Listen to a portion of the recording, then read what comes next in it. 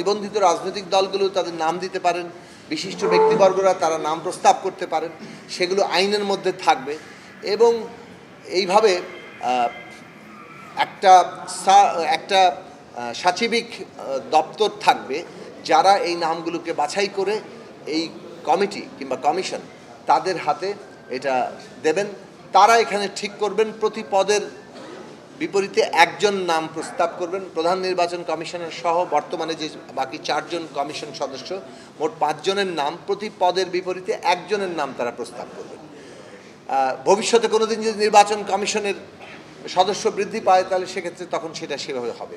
তো কাজে এই 5 জন সদস্যের প্রতি পদে নাম প্রস্তাব করুন, রাষ্ট্রপতি সেই নামগুলোকে নিয়োগ দান করবেন এবং তারাই বাংলাদেশে নির্বাচন কমিশনের দায়িত্ব পালন করবেন।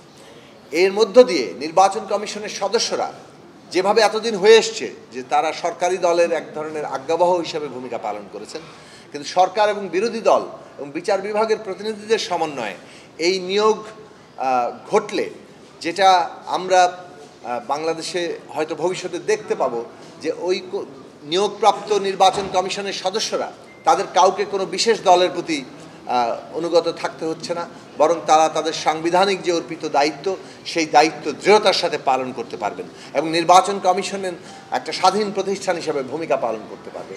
এবং ভবিষ্যতে আমাদের দেশের এই যে রাজনীতির যে নিয়ম, রুলস অফ দি গেম, সেইটার ক্ষেত্রে নির্বাচন যে গুরুত্বপূর্ণ জায়গা নিয়ে আছে সেটা একটা যথার্থ জায়গায় পৌঁছতে পারবে এবং তার মধ্য দিয়ে আমাদের গণতান্ত্রিক উত্তরণ ঘটবে।